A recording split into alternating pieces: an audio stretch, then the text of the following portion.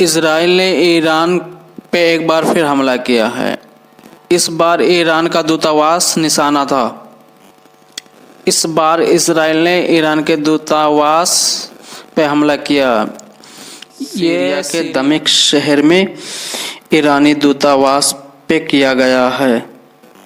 Iran के revolutionary guard ने कहा है कि सीरिया की राजधानी दमिश्क में उनके दूतावास पर हुए इजरायली हमले में 7 अधिकारियों की मौत हो गई है।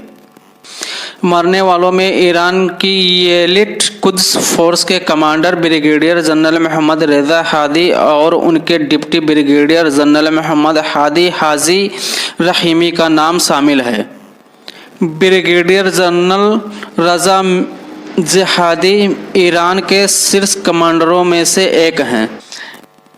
ईरान और इजराइल के बीच इस तरह की टारगेट हत्याओं का इतिहास है। हालांकि इजराइल ने अब तक हमले को लेकर कोई प्रतिक्रिया नहीं दी है।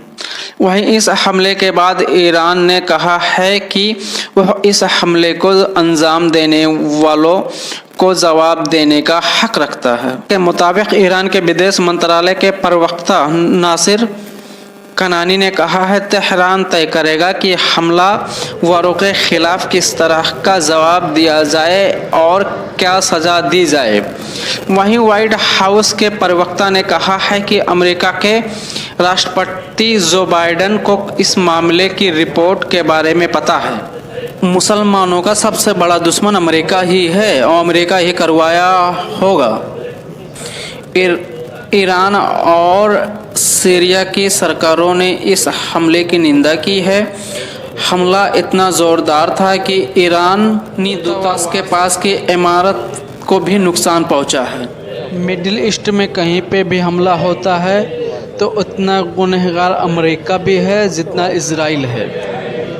बगैर अमेरिका के ऑर्डर के इजराइल हमला कहीं नहीं कर सकता है। ये इजराइल और अमेरिका की मिली भगत है। दोनों ही उतने गुनहगार हैं और दोनों ही मुल्क हत्यारे हैं।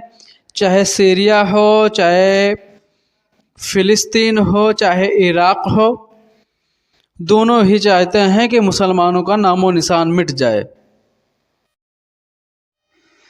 दुनिया में कहीं भी फसाद हो रहा है, सब फसाद का जड़ अमेरिका है। पहले इराक को बर्बाद किया, फिर लीबिया को बर्बाद किया, सीरिया को बर्बाद किया, अब फिलिस्तीन का नंबर है। इजराइल के साथ अमेरिका खड़ा है और खड़ा रहेगा।